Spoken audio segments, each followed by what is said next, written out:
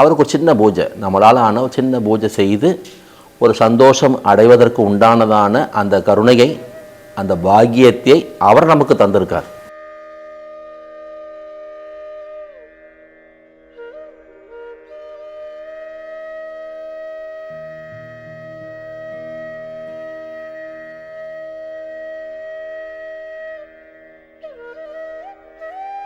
மிகச்சரியாக அதிலிருந்து ஒரு பாதி எண்ணிக்கை அளவுள்ள நபர்களையாவதும் தென் திசை அனுப்பினால்தான் பூமி சமநிலை அடையும்.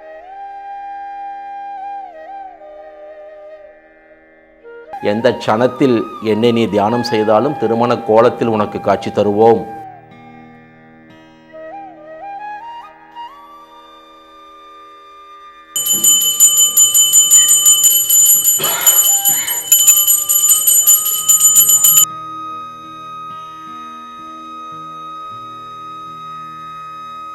ரொம்ப சந்தோஷம், நீங்களாம் வந்தது எனக்கு ரொம்ப மகிழ்ச்சியாக இருக்குது.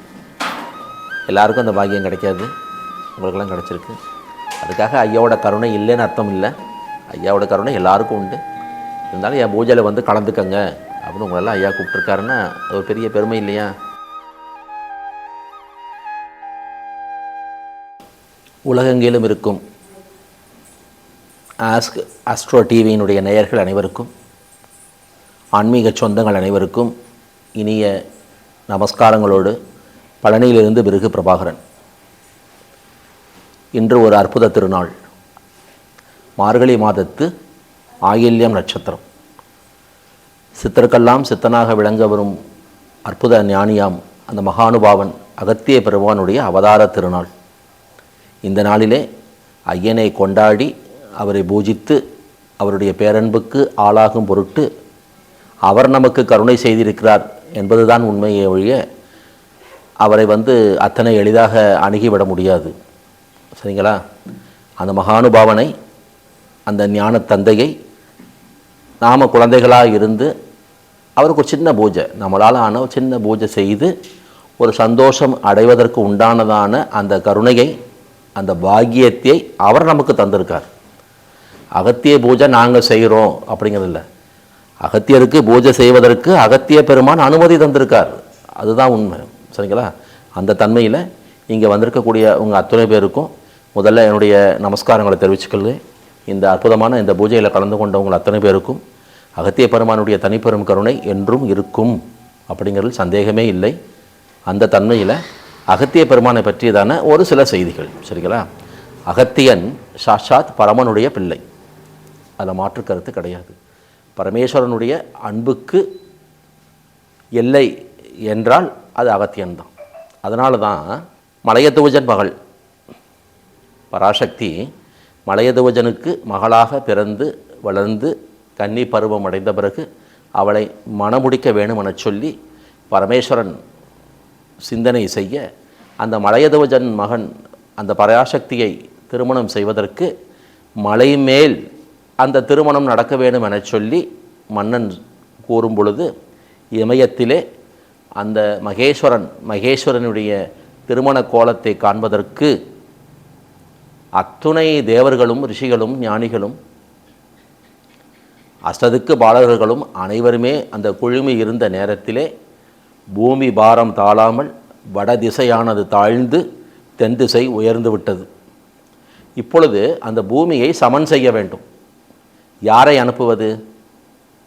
ஏறக்குறைய இந்த உலகில் இருக்கக்கூடிய அத்தனை பேருமே வடதிசை சென்று அங்கு இருக்கிறார்கள். மிகச்சரியாக அதிலிருந்து ஒரு பாதி எண்ணிக்கை அளவுள்ள நபர்களையாவதும் தென் திசை அனுப்பினால்தான் பூமி சமநிலை அடையும். அதுதானே விதி. அந்த தன்மையில் ஈசன் என்ன செய்கிறார்? உடனே தன்னுடைய அந்த ஞான திருஷ்டியில் தன் குழந்தையான தன் அன்பு மகனான அகத்தியனை நினைக்கிறார். கும்பத்திலிருந்து தோன்றி அகத்திய பெருமான் வெளியில் வருகிறார். அவருக்கு கும்பமுனி என்று பெயர் உண்டு. அன்பும் கருணையும் கொண்ட அந்த ஐயன் பரமேஸ்வரனை வணங்கி நின்று, ஐயா என்னை அழைத்ததன் நோக்கம் என்ன என சொல்லி கேட்கும் பொழுது, எனது திருமண கோலத்தை கண்டு எனது ஆசியை பெற வேண்டும் என சொல்லி அவாவினால் இப்பூவுலகில் உள்ள அத்துணை நபர்களும் இங்கே வந்த காரணத்தால் வடதிசையானது தாழ்ந்து தென் திசை உயர்ந்து விட்டது. நீ ஒருவன் தென் திசை சென்று இந்த பூமியை சமன் செய்ய வேண்டும் என சொல்கிறார். ஐயனுடைய ஆணையை சிறமேற்கொண்டு அகத்திய பெருமான் அனைத்தும் உன் கருணையா என சொல்லி அங்கிருந்து புறப்படும் பொழுது அவருக்குள் ஒரு சிறு வருத்தம். என்ன வருத்தம்? தேவாதி தேவர்கள், ரிஷிகள், ஞானிகள், பரமபுருஷர்கள் அத்துணை பேரும் நின்று உன் திருமண கோலத்தை காணும் பாக்கியம் பெற்றிருக்கிறார்கள் என்றால் அந்த பாக்கியம் எனக்கு இல்லையா? அதை பார்க்கக்கூடியதான ஒரு தகுதியோ தன்மையோ எனக்கு இல்லாமல் போயிற்றா இறைவா? என் கண்கள் என்ன பாவம் செய்தன என சொல்லி கண்கலங்கி நிற்கும் பொழுது பரமேஸ்வரன் என்ன சொல்கிறார்? எந்த இடத்தில், எப்பொழுது, எந்த க்ஷணத்தில் என்னை நீ தியானம் செய்தாலும் திருமண கோலத்தில் உனக்கு காட்சி தருவோம் என சொல்லி வாக்கு தர அகத்திய பெருமான் தென் திசை வந்து நிற்க பூமி சமநிலை அடைந்தது. அப்பொழுதுதான் அந்த தேவாதி தேவர்கள், ரிஷிகள் அத்தனை பேரும் வியந்து போற்றி ஐயாவினுடைய திறனை ஏற்றுக்கொண்டார்களாம்.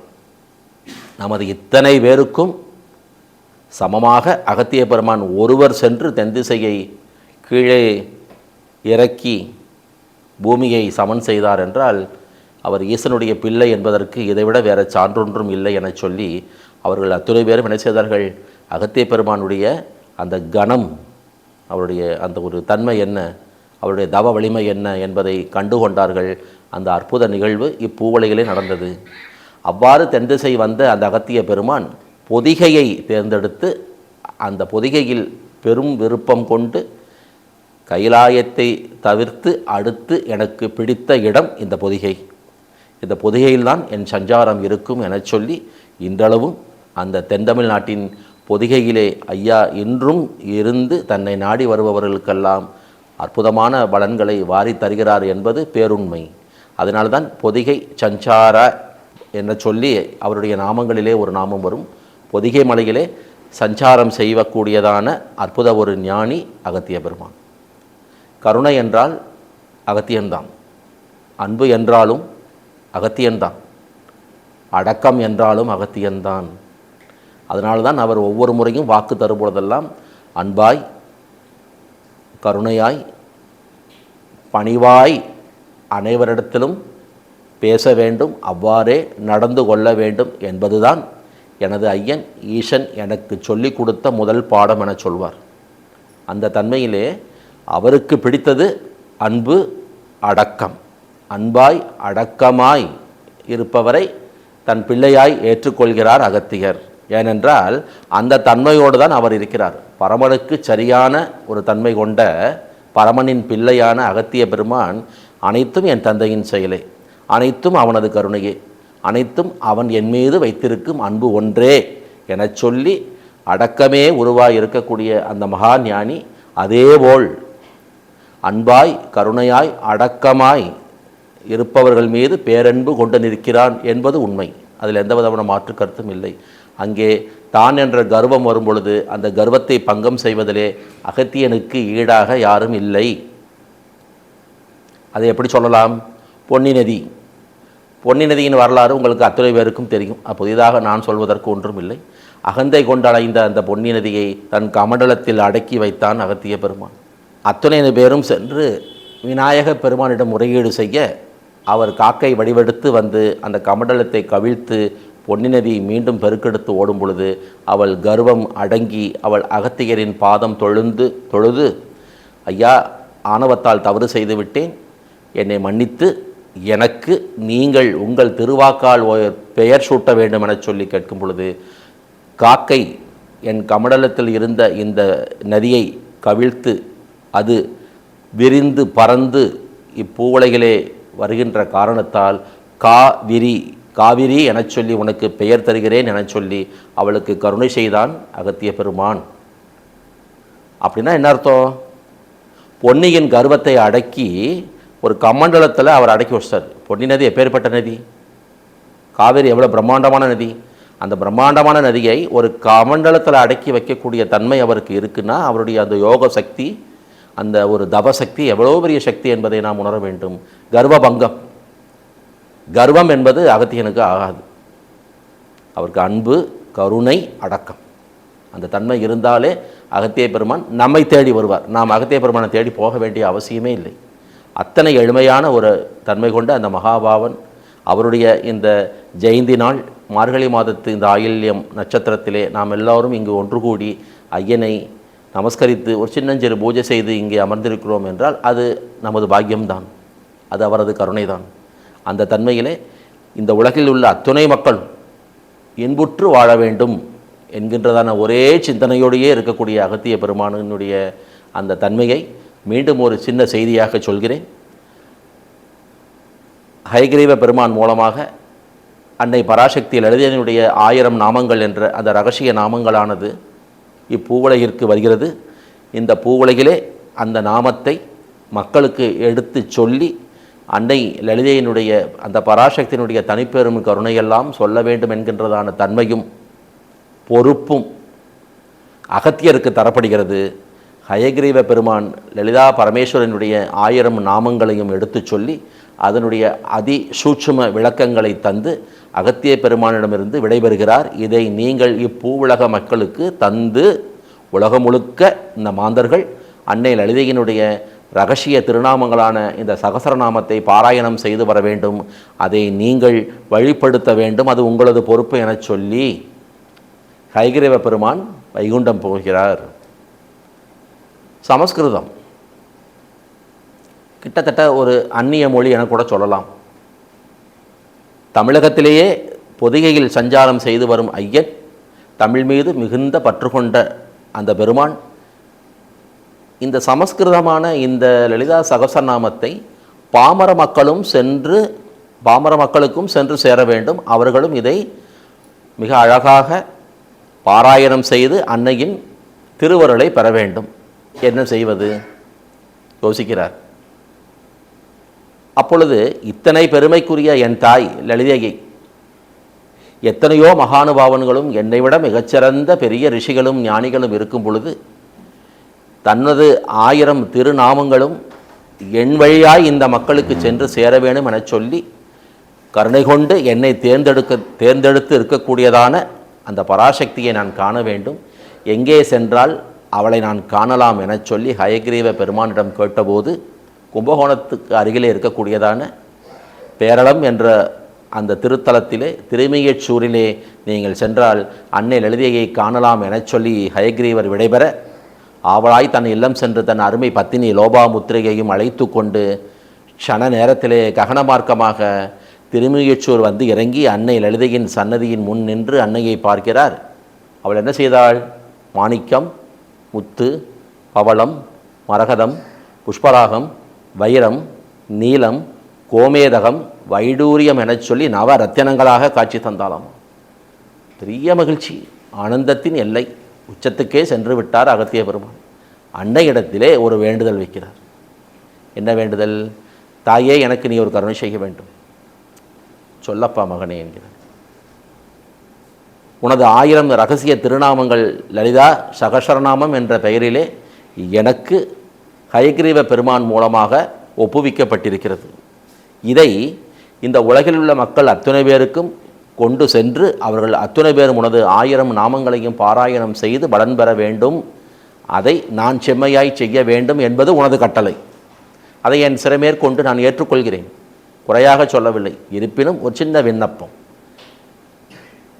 ஏதோ உன் கருணையால் சிற்றறிவு கொண்ட எனக்கு இந்த இரகசிய நாமங்களுடைய பெருமையும் அதனுடைய கணமும் அதன் பொருளும் தெரியும். பாமர மக்களுக்கு இதை நான் கொண்டு செல்லும் பொழுது அதிலே எழுத்து பிழையோ உச்சரிப்பிலே பிழையோ வரும் பொழுது அது சில தேவையற்ற பிரச்சனைகளை ஏற்படுத்தி தந்துவிடும் என்கின்றதான தன்மையிலே மீண்டும் உன்னிடத்தில் உன்னுடைய பாதத்தை நமஸ்காரம் செய்து உனக்கு ஒரு விண்ணப்பம் செய்கிறேன் என சொல்லி மீண்டும் ஆரம்பிக்கிறார். என்னதான் உனது விண்ணப்பம் சொல்லப்பா என சொல்லும் பொழுது 1000 நாமங்களிலே முதல் நாமமான மாதா என்ற நாமத்தையும் இறுதியான நாமமான லலிதாம்பிகா என்ற நாமத்தையும் இணைத்து உன்மீது நான் இப்பொழுது ஓர் பாமாலை தொடுக்க இருக்கிறேன். அதற்கு லலிதா நவரத்தன மாலை என்று பெயர். அதை உன் திருவடிகளிலே சமர்ப்பிக்கிறேன். எனக்கு மீண்டும் நீ ஒரு கருணை செய்து அருள் செய்ய வேண்டும் என சொல்லி கேட்கும் பொழுது உன் விண்ணப்பம்தான் என்னவென சொல்லு என சொல்லி லலிதை கேட்கிறாள். எவரெல்லாம் உன் மீது நான் இப்பொழுது தொடுக்க இருக்கக்கூடியதான இந்த லலிதா நவரத்தன மாலை என்ற இந்த பாமாலையை பூஜிக்கிறார்களோ அவர்களுக்கு லலிதா சகசரநாமம் சொன்னதன் பலன் என்னவோ அந்த பலனை நீ தர வேண்டும். பாருங்கள், அற்புதமான ஞானி மகரிஷி, உலகில் உள்ள அனைத்து மொழிகளும் தெரிந்தவர். அவர் சமஸ்கிருதத்திலே தனக்கு வழங்கப்பட்டதான அந்த லலிதா சகஸ்ரநாமத்தை தான் மட்டுமே ஆயிரக்கணக்கிலே லட்சக்கணக்கிலே உருவேற்றி இன்னும் ஒரு உன்னதமான நிலைக்கு சென்றிருக்கலாம். அவரது எண்ணம் அதல்ல. இந்த பாமர மகனும் பாமர மக்களும் இதனுடைய பொருளறிந்து பலன் சொல்லி இதை பாராயணம் செய்து நற்கதி அடைய வேண்டும். அது சற்று சிரமம். அன்னையிடமே விண்ணப்பம் செய்வோம் என சொல்லி அவள் திருவடியிலே விண்ணப்பத்தை சமர்ப்பித்து அவள் அதை ஆமோதிக்க பேரானந்தம் கொண்டு ஐயன் அங்கே அந்த திருமுகீஸ்வரிலே லலிதாம்பிகையினுடைய திருவடியிலே லலிதா நவரத்தன மாலை என சொல்லி அழகாக ஒரு பாமாலையை தருகிறார். அதில் ஒரே ஒரு பாடலை சொல்கிறேன். சூரியனை சுட்டக்கூடியதான பாடலான அந்த பாடல் என்ன பாடல்? காணக்கிடையா கதியானவளே, கருதக்கிடையா கலையானவளே, பூணக்கிடையா பொலிவானவளே, புனையக்கிடையா புதுமைத்தவளே, நாணித்திரு நாமமும் நின் துதியும் நவிலாதவரை நாடாதவளே, மாணிக்க ஒளி கதிரே வருவாய் மாதா ஜெயவோம் லலிதாம்பிகையே என சொல்லி முடிப்பார். நவரத்தனங்களுக்கும் உண்டான 9 பாடலும் அங்கே உண்டு. ஒவ்வொரு கிரகத்தாலும் நமக்கு இடர்பாடுகள் ஏற்படும் பொழுது அன்னை லலிதையினுடைய நவ ரத்தன மாலையை அகத்தியர் தந்த அந்த பாடலை அனுதினமும் நாம் பாராயணம் செய்து வரும் பொழுது நவ கிரகங்களும் நமக்கு எப்பொழுதும் நன்மையே செய்யக்கூடியதான தன்மையோடு நாம் வாழ்ந்து விடலாம். அதைத்தான் என் குருநாதரையா அடிக்கடி சொல்வார். ஒரு குறிப்பிட்ட கிரகத்தால் உனக்கு ஒரு பிரச்சனை என சொல்லி வந்து அந்த குறிப்பிட்ட கிரகத்தினுடைய பிரச்சனையிலிருந்து மீண்டு வரும் பொருட்டு அன்னை லலிதையினுடைய அந்த லலிதா நவரத்தன மாலையை நீ பாராயணம் செய்வதை விட அனுதினமும் அந்த லலிதா நவரத்ன மாலையை நீ தினமும் பாராயணம் செய்து வந்தே கொண்டால் நவகிரகங்களும் உனக்கு நட்பாகி விடுவார்கள். அவர்களால் உனக்கு எந்த ஒரு பிரச்சனையும் வராமல் நீ இன்பமாய் சந்தோஷமாய் வாழ முடியும். பிரச்சனை வந்த பிறகு அதற்கு தீர்வு தேடுவதை விட பிரச்சனைக்கு முன்பே திட்டமிட்டு செயல்படுவது தானே அறிவார்த்தமான செயல். அந்த தன்மையிலே அனுதினமும் நீ லலிதா நவரத்ன மாலையை பாராயணம் செய். இந்த லலிதா நவரத்ன மாலையை எவனொருவன் பாராயணம் செய்கிறானோ அவனுக்கு லலிதா சகசரநாமத்தை பாராயணம் செய்ததின் பலனை நான் தருவேன் என சொல்லி தன் அன்பு மகனான் அகத்தியனுக்கு அன்னை சத்திய வாக்கு தந்திருக்கிறாள். எனவே லலிதா சகசரநாமத்தை உன்னால் பிழையின்றி பாராயணம் செய்ய முடியுமே, யானால் அதை நீ பாராயணம் செய். இல்லை என்றால் அற்புத தமிழிலே அகத்தியன் தந்த அந்த லலிதா நவரத்ன மாலையை பாராயணம் செய்தாலே தாராளமாக போதும் என சொல்லி என் குருநாதர் அடிக்கடி எனக்கு தருவார். அந்த புத்திமதி சொல்லுவார் ஸ்ரீவித்யா குரு. அன்றிலிருந்து இன்று வரை கிட்டத்தட்ட ஒரு 7-8 வருடங்களாக அனுதினமும் என்னால் முடிந்த அளவு ஏதோ ஒரு சில நாட்களிலே தவறி போகலாம், அன்னையினுடைய அந்த லலிதா நவரத்ன மாலையை நான் பாராயணம் செய்து வருகிறேன். நல்ல நிலையில்தான் இருக்கிறேன். எனவே அன்பர்கள் நீங்கள் அத்துணை பேரும் அன்னை லலிதையினுடைய நவரத்ன மாலையையும் அதோடு கூடி லலிதா சகசரநாமத்தையும் முயன்றவரை பாராயணம் செய்து நீங்கள் நற்கதி பெற வேண்டும். இங்கே இந்த ஒரு செய்தியை ஏன் தருகிறேன் என்றால் மீண்டும் கூறுகிறேன், உலக மக்கள் அத்தனை பேரும் க்ஷேமமாய் வாழணும், சந்தோஷமாக இருக்கணும், அவர்களுடைய அபிலாஷைகள் எல்லாம் நிறைவேறணும். அந்த தன்மையிலே என்னுடைய இந்த 1000 ரகசிய சகசரநாமமானது இப்பூவுலக மக்களால் கொண்டாடப்பட வேண்டும் என்பது அன்னையினுடைய அவா. அதை கொண்டு வந்து இப்பூவுலகிலே யாரிடம் ஒப்படைக்க வேண்டும் என்பது அவளுடைய ஆணை. ஹயக்ரீவ பெருமான் வந்து அகத்திய பெருமானிடம் ஒப்படைத்து விட்டு அவரது பணி முடிந்தது. அவர் அங்கிருந்து கிளம்பி விட்டார்.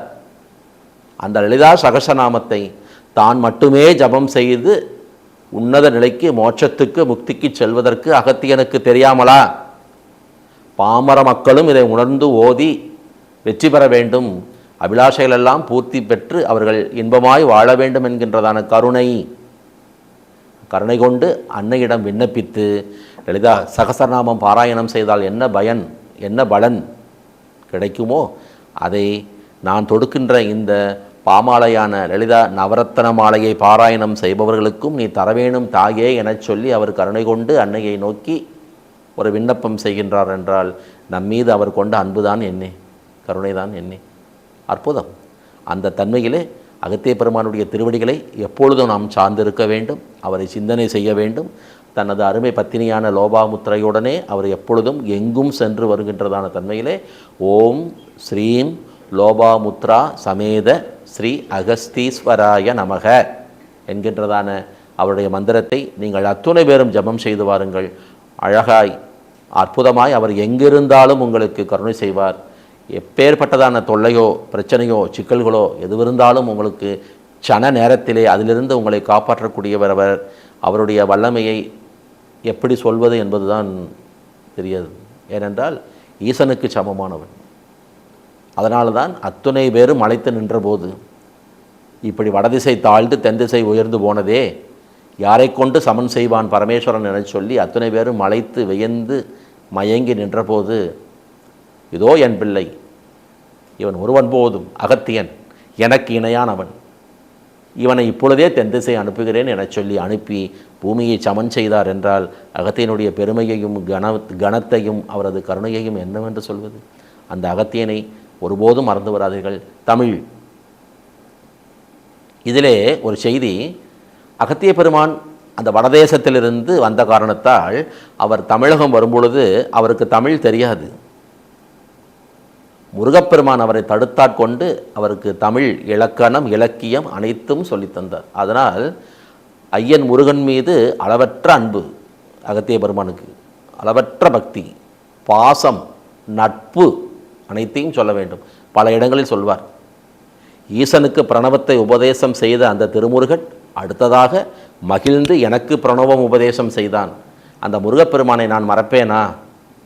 முருகனுடைய திருநாமம் எங்கெல்லாம் ஒலிக்கிறதோ அங்கெல்லாம் நான் இருப்பேன், சிவபூஜை எங்கெல்லாம் நடக்கிறதோ அங்கெல்லாம் நான் இருப்பேன் என சொல்லி திருவாய் மலர்ந்து அருளி இருக்கிறார். அதை இங்கே இப்பொழுது நிரூபித்திருக்கிறார். இன்று அகத்திய பூஜை, அதற்கான ஏற்பாடுகளெல்லாம் செய்யப்பட்டது. என்னென்ன பொருள்களெல்லாம் கொண்டு வர வேண்டும் என சொல்லி பட்டியலிட்டு தந்தேன். பட்டியலிலே வில்வம் இல்லை, ஆனால் வில்வம் வந்திருக்கிறது. வில்வத்தால் அவருக்கு அர்ச்சிக்கப்பட்டிருக்கிறது. அவர் சிரசின் மேலே வில்வம் இருக்கிறது என்றால் சிவபூஜையில் அவர் சிந்தை மகிழ்ந்திருப்பார் என்பதற்கு இதைவிட சாட்சி உண்டா? கிடையவே கிடையாது. பழனியிலே இதேபோல் ஒரு முறை அகத்திய பெருமானுக்கு ஒரு பூஜை நடந்தது. அந்த அகத்திய பெருமானுடைய பூஜை நடந்து கொண்டே இருக்கிறது. எனது மாணவிகளிலே ஒருவர், ஐயா ஒரு சின்ன சிவலிங்கம் கொண்டு வந்திருக்கிறேன், பூஜையில் அந்த சிவலிங்கத்தையும் வைத்து பூஜிக்கலாமா என சொல்லி கேட்கிறார். என்றால் எனக்கு பூஜை நடக்கும்போது அங்கே என் தந்தைக்கு இடம் இல்லாமலா? அவர் வர வேண்டும் அல்லவா? அவருக்கு ஒரு பிரதானமான தன்மையை தர வேண்டும் அல்லவா என்கின்றதான சிந்தனையிலே பழனியிலே நடந்த அகத்திய பூஜையிலே அவர் சிவலிங்கத்தை கொண்டு வந்து வைத்து சிவலிங்கத்துக்கும் அபிஷேக ஆராதனைகள் அலங்காரங்கள் செய்யும்படியதான ஒரு தன்மையை ஏற்படுத்தினார். இங்கே சிவஸ்வரூபமாக இருக்கக்கூடிய சிவத்தின் அம்சமாக இருக்கக்கூடியதான வில்வத்தை கொண்டு வர செய்திருக்கிறார் என்றால் அகத்திய பெருமான் இங்கு வந்திருக்கிறார் என்பதற்கு இதுவே சாட்சி, சான்று. என்ன சொல்ல வரேன் என்றால் திருப்பி திருப்பி சொல்கிறேன், பெரிய படோபகாரம், பெரிய ஆடம்பரம், அதிலே சின்ன ஆணவம், அதெல்லாம் அவருக்கு பிடிக்கவே பிடிக்காது. சரிங்களா? கருணை, அன்பு, அடக்கம், அது எங்கே இருக்கோ ஐயா இருப்பார். அந்த தன்மையில் தமிழென்றால் அவருக்கு மூச்சு. அதனால்தான் முதல் சங்கத்திலே ஈசனுக்கு இணையாய் அமர்ந்து தமிழ் வளர்த்தாராமா அகத்திய பெருமான். சரிங்களா? முதல் சங்கத்தின் தலைவனாய் வந்தது பரமேஸ்வரன். மதுரையிலே முச்சங்கம், தமிழ் சங்கம் நடந்ததல்லவா? முதல் சங்கத்தின் தலைவன் பரமேஸ்வரன். பரமேஸ்வரன் அகத்தியனுடைய தமிழ் இலக்கண அறிவை, இலக்கிய அறிவை கண்டு தனக்கு சரியான ஆசனம் தந்து அமர வைத்தானாமாம். நீயும் அமர்ந்து கொள்ள அகத்தியா, தமிழ் வளர்ப்போம் என சொல்லி. என்றால் தமிழே பரமன், தமிழே அகத்தியன், அகத்தியனே தமிழ். எனவே அழகாக அவனை ஐயா அகத்தியா என்று அழைத்தாலே போதும். அதை கூட அகத்தியர் என்ன சொல்லியிருக்கிறார் என்றால், அகத்து இயலை செம்மையாய் சொன்ன எனக்கு தமிழ் எழுத்துக்களிலே முதல் எழுத்தான அகரத்தையும் இறுதியான எழுத்தான நகரத்தையும் சேர்த்துதான் என் ஐயன் எனக்கு அகத்தியன் என பெயர் வைத்தான் என சொல்வார். என்றால் அகத்தியன் தான் தமிழ், தமிழ்தான் சிவம், தமிழ்தான் முருகன், முருகன்தான் அகத்தியன், சிவம்தான் அகத்தியம். இதில் சிவம் தனி, முருகன் தனி, அகத்தியன் தனி என சொல்லி பிரித்து பார்ப்பதில் எந்த விதமான பிரயோஜனமும் கிடையாது. அதனால் சிவசிந்தனையோடு சண்முக பெருமானான முருகப்பெருமானை நீங்கள் நமஸ்காரம் செய்து வந்தாலே அங்கே அகத்தியன் நிச்சயமாய் வந்து உங்களுக்கு அருள்வார். அந்த தன்மையிலே இன்று இந்த அகத்திய பூஜையில் கலந்து கொண்ட உங்கள் அத்தனை பேருக்கும் மீண்டும் எனது நன்றி அறிதலை தெரிவித்துக் கொள்கிறேன். இன்று மார்கழி ஆயில்யம். அகத்திய பெருமானுக்கு குழந்தைகளாக நாம் அத்தனை பேரும் சேர்ந்து ஒரு சின்னஞ்செரு பூஜை செய்து மிக்க மகிழ்வோடு அமர்ந்திருக்கிறோம். இதோடு நீங்கள் நிறுத்திவிடக்கூடாது. அனுதினமும் மார்கழி ஆயில்யம்தான். அவரை மறக்கக்கூடாது. அடுத்த மார்கழி ஆயில்யத்துக்கு பார்த்துக்கலாம் அப்படி சொல்லக்கூடாது. 24 மணி நேரமும் அவருடைய சிந்தனையிலே இருக்கணும். இருந்து ஐயா அகத்திய பெருமானே, ஐயா அகத்திய பெருமானே, ஓம், அனைவருமே இந்த மந்திரத்தை சொல்லலாமே. ஓம் ஸ்ரீம் லோபாமுத்ரா சமேத ஸ்ரீ அகஸ்தீஸ்வராய நமக. ஓம் ஸ்ரீம் லோபாமுத்ரா சமேத ஸ்ரீ அகஸ்தீஸ்வராய நமக. ஓம் ஸ்ரீம் லோபாமுத்ரா சமேத ஸ்ரீ அகஸ்தீஸ்வராய நமக என சொல்லி இந்த அற்புத மந்திரத்தை நீங்கள் மனனம் செய்து கொண்டு எப்பொழுதெல்லாம் நீங்கள் ஓய்வாக இருக்கின்றீர்களோ, எப்பொழுதெல்லாம் நீங்கள் பயணத்தில் இருக்கிறீர்களோ, அந்த மாதிரி நேரங்களிலே இடைவிடாது இந்த மந்திரத்தை நீங்கள் தியானம் செய்து கொண்டே வாருங்கள். அகத்தியன் உங்கள் அருகிருந்து உங்களுக்கு உதவுவதை நீங்கள் அனுபவத்தில் காணலாம் என சொல்லி நல்லதொரு வாய்ப்பை தந்த நல்ல நெஞ்சங்கள் உங்கள் அத்தனை பேருக்கும் அகத்திய பெருமானுடைய அந்த பெருமைகளெல்லாம் சின்னஞ்சிறியவனாகிய நான் எடுத்து கூறும் தன்மையிலே எனக்கு அனுமதி தந்த என் ஐயன் அகத்திய பெருமானுக்கு முதற்கண் எனது சிரம் தந்த நமஸ்காரங்களை தெரிவித்துக் கொண்டு நல்ல பல செய்திகளை நான் தரவும் நீங்கள் பெறவும் உதவிய பிரபஞ்சத்திற்கும் எனது நன்றி அறிதலை தெரிவித்துக் கொண்டு உங்களிடமிருந்து தற்காலிகமாக விடைபெறுவது உங்கள் நண்பன் பிருகு பிரபாகரன். நன்றி, வணக்கம்.